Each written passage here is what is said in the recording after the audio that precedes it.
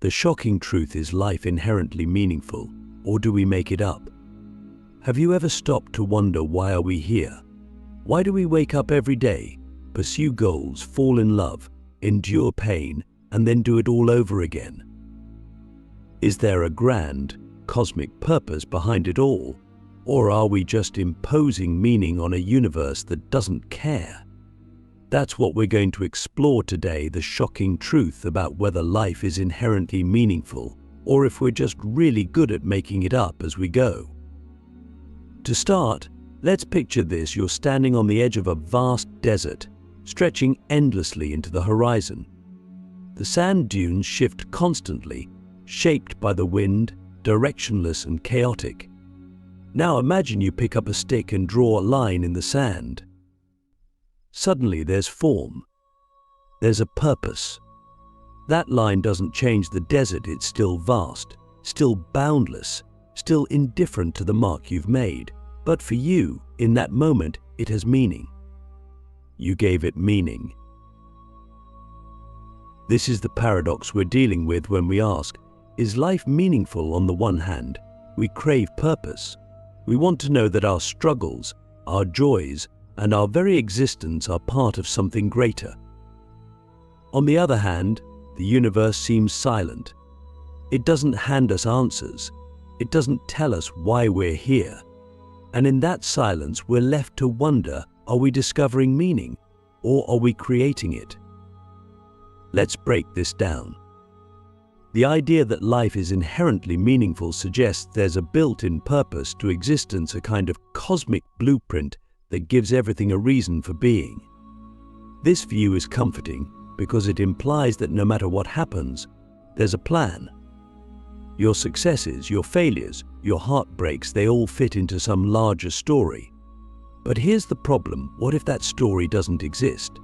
What if the universe is more like that desert, vast, chaotic, and indifferent, leaving us to draw our own lines in the sand? Think about it. Every culture, every religion, every philosophy has tried to answer this question in its own way. Some say life's meaning comes from a higher power, a divine creator who set everything in motion. Others argue that meaning comes from nature, from the intricate web of life and the laws that govern it. And then there are those who say meaning doesn't exist at all, that life is absurd, and our search for purpose is a futile attempt to impose order on something inherently chaotic. But here's where it gets interesting. Even if life has no inherent meaning, does that necessarily mean it's meaningless? Or is it possible that we as humans have the unique ability to create meaning where there was none before? Click subscribe to this channel to get more profound spiritual lesson. Let me ask you this. If you found out tomorrow that life had no cosmic purpose, no preordained plan, would that change how you live? Would it make your experiences feel less real, your connections less profound? Or would it free you to create your own meaning, unburdened by the need to follow someone else's script? In the next section, we'll dive deeper into this tension between inherent meaning and constructed meaning. We'll explore how philosophers throughout history have grappled with this question and why the answer might not be as straightforward as you think. The eternal question, do we discover meaning or create it? Now, let's travel back in time. Imagine yourself sitting in ancient Greece, listening to Socrates as he asks questions that no one else dares to ask. Or picture Friedrich Nietzsche, pacing furiously as he declares, God is dead not as a triumph, but as a warning. Philosophers throughout history have wrestled with this question of life's meaning, and their answers are as varied and contradictory as the lives we live. On one side, we have the belief that meaning is something to be discovered. This idea is rooted in the assumption that life has an intrinsic purpose, a reason for existing written into the fabric of the universe. Take Plato, for example. He argued that the material world is just a shadow of a higher, eternal reality, a realm of perfect forms where the true meaning of everything resides. But from this perspective, our task as humans is to uncover that higher truth, to align ourselves with the ultimate purpose that already exists, waiting to be found. This idea resonates deeply with many of us. Why? Because it gives us a sense of certainty, a foundation to stand on. If life has an inherent meaning, then we're not just wandering aimlessly. There's a path, a goal, a reason for everything. And when life gets hard, when we lose someone we love, when we fail, when we suffer, we can find comfort in the belief that it all fits into a grand, cosmic plan. But here's the problem: what if that plan doesn't exist? What if we're searching for something that isn't there? This is where existential philosophers like Jean-Paul Sartre and Albert Camus step in. They argue that life has no preordained purpose, no intrinsic meaning. In Sartre's words, existence precedes essence. In other words, we exist first, and any meaning or purpose we have is something we create for ourselves. Camus took this idea even further. He said that life is absurd not because it's meaningless, but because we're constantly searching for meaning in a universe that offers none. Imagine rolling a boulder up a hill, only for it to roll back down again, over and over for eternity. That's the myth of Sisyphus, and for Camus, it's a metaphor for the human condition. But here's the twist: Camus doesn't see this as depressing.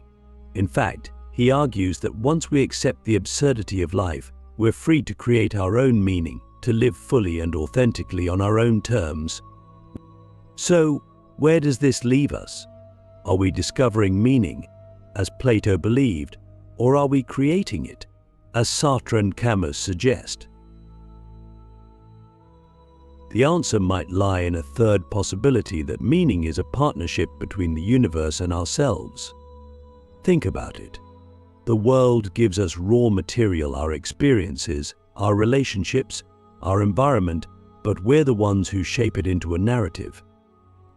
We're the ones who decide what matters and why. It's like being handed a pile of bricks. Some people might see a random heap, but others see the potential to build a house, a bridge, or something entirely new. Let me ask you this: what are you building with the bricks life has given you? Are you letting your circumstances define you, or are you shaping them into something meaningful? This balance between discovery and creation is what makes life so fascinating and so challenging. It's not enough to passively search for meaning as if it's buried treasure. And it's not enough to impose meaning arbitrarily, ignoring the reality of your circumstances.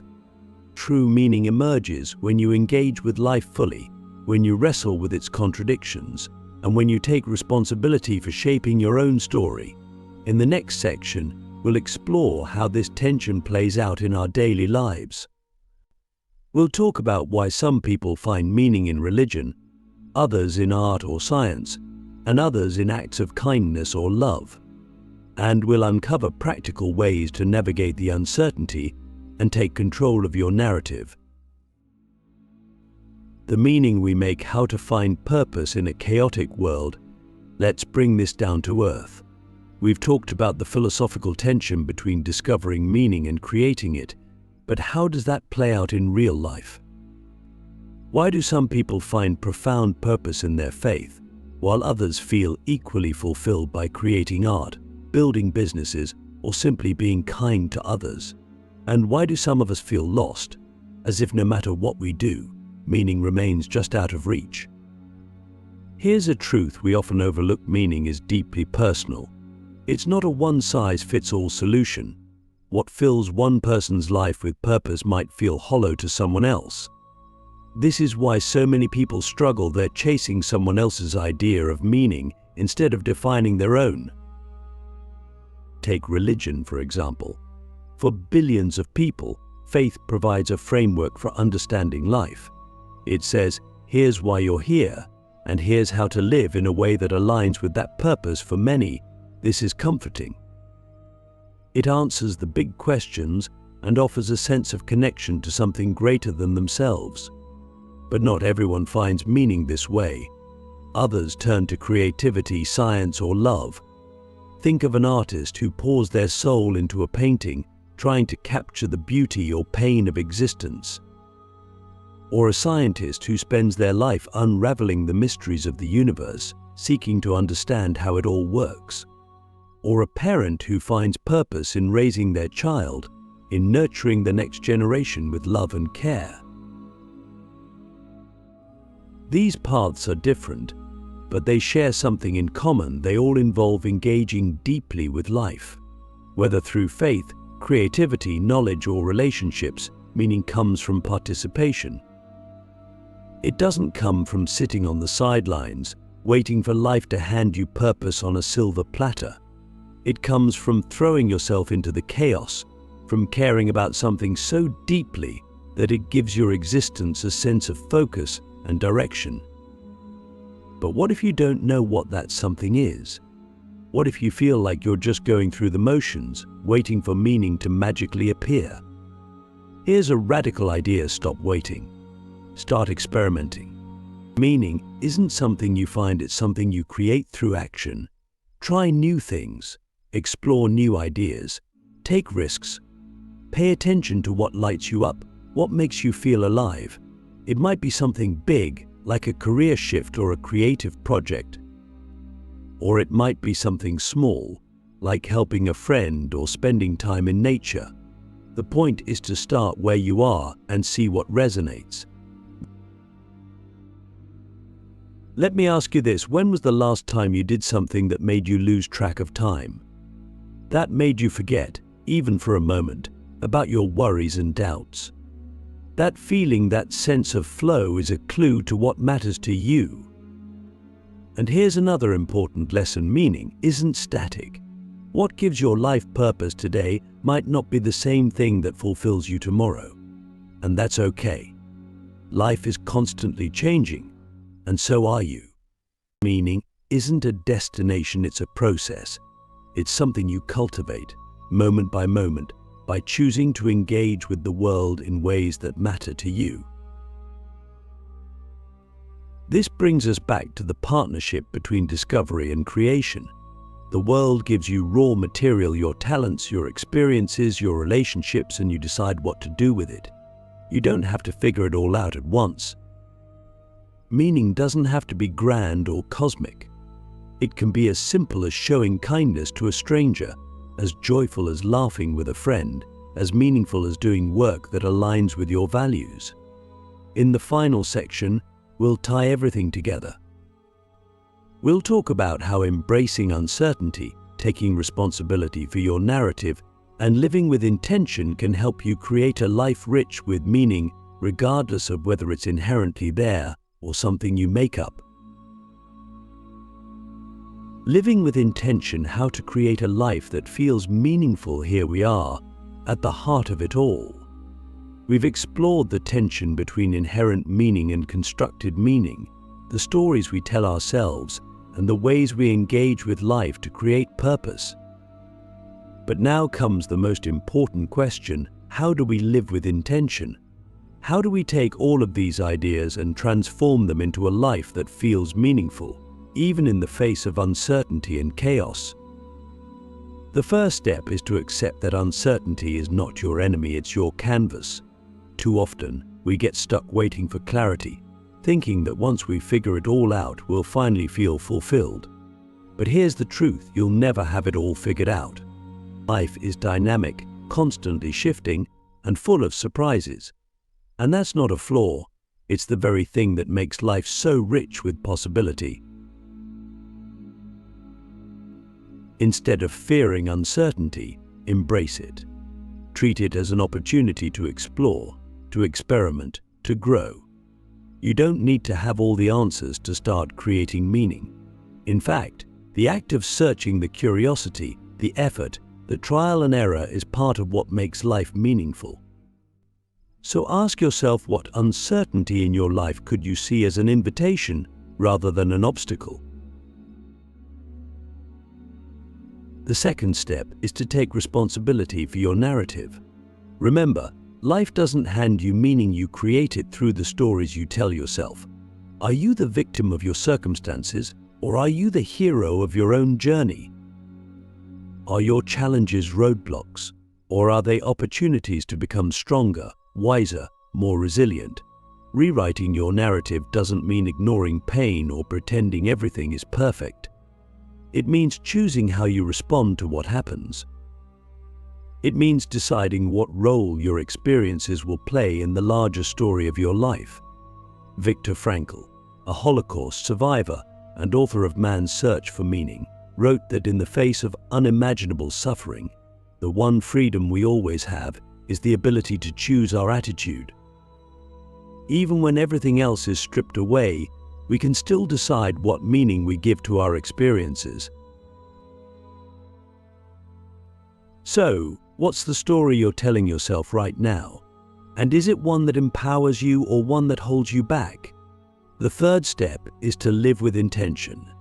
This doesn't mean you have to have a grand plan or a perfectly defined purpose.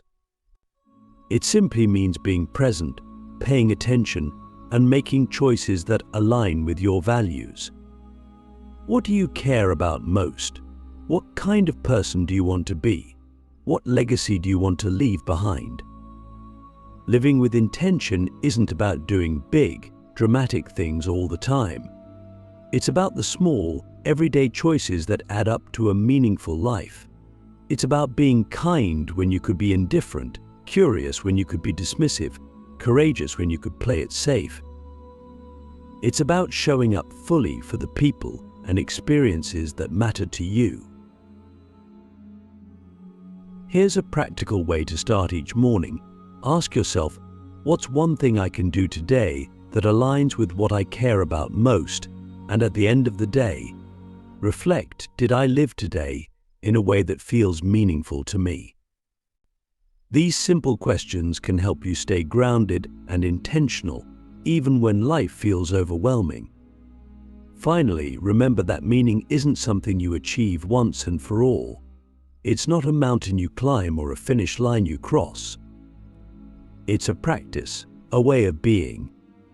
It's something you cultivate, moment by moment, by choosing to engage with life fully even when it's messy, even when it's uncertain, even when it's hard. But let me leave you with this: life may or may not have an inherent meaning. We may never know the ultimate truth about why we're here, but in the end, maybe that doesn't matter. What matters is what you do with the time you have. What matters is the meaning you choose to create. So, here's my final question for you. If you knew that the meaning of your life was entirely up to you, how would you live differently starting today?